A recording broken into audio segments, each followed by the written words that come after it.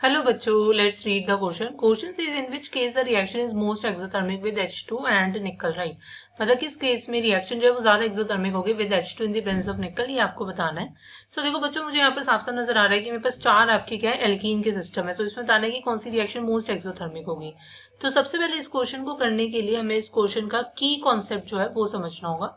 सो की कॉन्सेप्ट जो होता है वो आपका लाई करता है कि हमें ये पता होना चाहिए कि हमारे पास एक्सोथर्मिक रिएक्शंस होती क्या है. अगर मैं एक्सोथर्मिक रिएक्शंस की बात करती हूँ, सो ये ऐसी रिएक्शंस होती है जिसमें आपके पास क्या है, हीट एनर्जी जो होती है वो रिलीज होती है, राइट. या आप कह सकते हो कि इवॉल्व होती है, मतलब ऐसी रिएक्शन जिसमें रिएक्शन होने के बाद हीट एनर्जी इवॉल्व होती है. एंड आपको ये भी पता होना चाहिए कि जो H2 निकल की प्रेजेंस में अगर कोई एल्कीन रिएक्ट करती है तो उस रिएक्शन को हम हाइड्रोजनेशन रिएक्शन कहते हैं.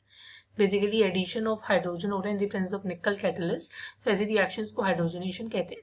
सो अब की कॉन्सेप्ट में आपका ये भी लाई करेगा कि अगर मेरे को जानना है किसमें हीट एनर्जी आपकी सबसे ज्यादा इवॉल्व होगी, मतलब कौन सी सबसे ज्यादा एक्सोथर्मिक होगी. सो आपको एक चीज पता होनी चाहिए कि जो हमारे पास रेट ऑफ हाइड्रोजनेशन होता है, मतलब कितनी ईजिली से आपका हाइड्रोजन ऐड हो सकता है to the double bond of the alkene, वो इनवर्सली प्रोपोर्शनल होता है आपका स्टेबिलिटी ऑफ एल्कीन पर, राइट.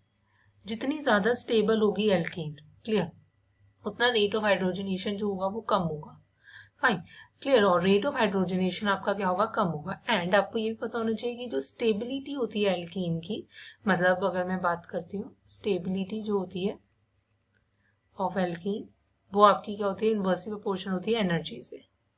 कहने का मतलब है कि जितनी ज्यादा एनर्जी होगी उतनी स्टेबिलिटी कम होगी, जितनी कम एनर्जी होगी उतनी ज्यादा स्टेबिलिटी. कहने का मतलब है कि हमें अब यहाँ पर ये देखना है कि कौन सी एल्कीन आपकी स्टेबल है. अगर जो एल्कीन ज्यादा स्टेबल होगी उसमें कम एनर्जी रिलीज होगी, मतलब वो लेस एक्सोथर्मिक होगी, बिकॉज एक्सोथर्मिक का मतलब होता है हीट एनर्जी इवॉल्व होना. सो अब हम यहाँ पर आपकी स्टेबिलिटी चेक कर लेते हैं. सो मेरे पास आपके पास देखो फर्स्ट एल्कीन है, this one is your first alkene, right. और आपको बताइए कि एल्कीन की स्टेबिलिटी हम कैसे चेक कर सकते हैं.